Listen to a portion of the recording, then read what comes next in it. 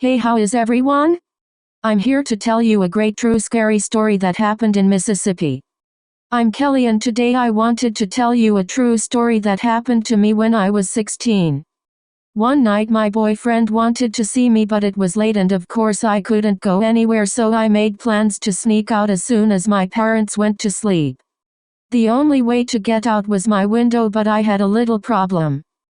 See, I know you guys are thinking, well, why didn't I just go out the door? Well, I could have if I wanted to get caught by the squeaking of the door and the dog, so I took the air conditioner out of my window, which was little, and sat it on my floor and proceeded to crawl out of the window.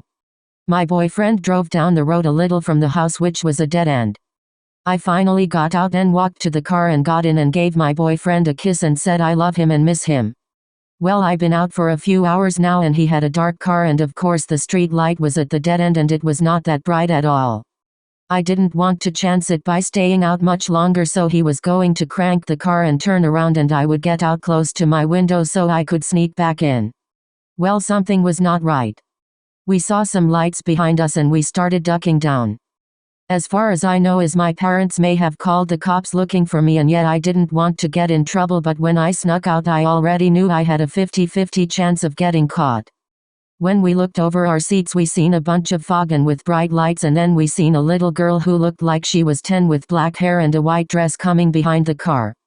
I'm freaking out, telling my boyfriend to hurry up and start the car. He tried but the car wasn't starting, and then I was going to get out but then the doors locked. The lights were getting brighter, then I slumped down into the seat freaking out even more. I started praying really hard and crying, and all of a sudden the lights disappeared and the car started on its own. My boyfriend never turned the ignition off and he was praying with me. The doors unlocked by themselves as well and he hurried up and turned the car around and dropped me off, but he made sure I got back in my window before driving off.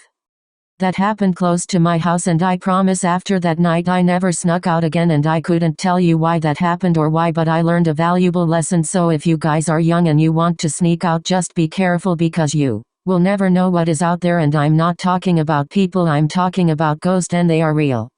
Thanks for hearing my story and don't forget to hit that like button and subscribe.